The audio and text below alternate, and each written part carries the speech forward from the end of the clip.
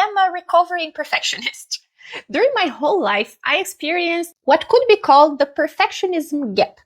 By the time I sat down to write my own first paper, I had already read hundreds of published articles.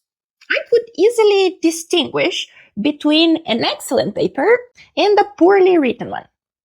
In my mind, I could clearly see my own future paper beautifully painted. The logic was flawless. The sentences expressed exactly what I wanted to say. And the story made perfect sense from beginning to end. But when I actually tried to type something, there was a massive, frustrating gap between the perfect concept floating in my head and what my fingers and neurons could actually deliver into a Word document. It was like knowing that I could do better at the same time that I actually could not. If you've never been there, I can tell you it's quite annoying. You want so badly to do justice to your science, but you just don't possess the execution skills yet.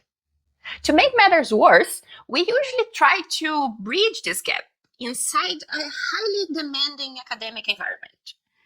I was actually very lucky because throughout my career, I had quite nice and supportive supervisors. But even the well-meaning ones were intensely demanding when it came to perfection. They expected flawless outputs, but they didn't always know how or didn't have the patience to teach the actual practical steps to get there. Unfortunately, I believe academia has a massive and systemic case of academic amnesia. Many senior scientists, supervisors, and peer reviewers look at your work from the absolute peak of their 15 or 20-year careers. And for some reason, they have completely forgotten what it felt like to be a beginner.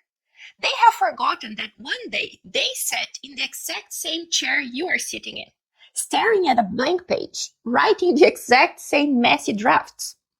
Because they suffer from this bias, they expect you to simply know how to do things perfectly right from the start.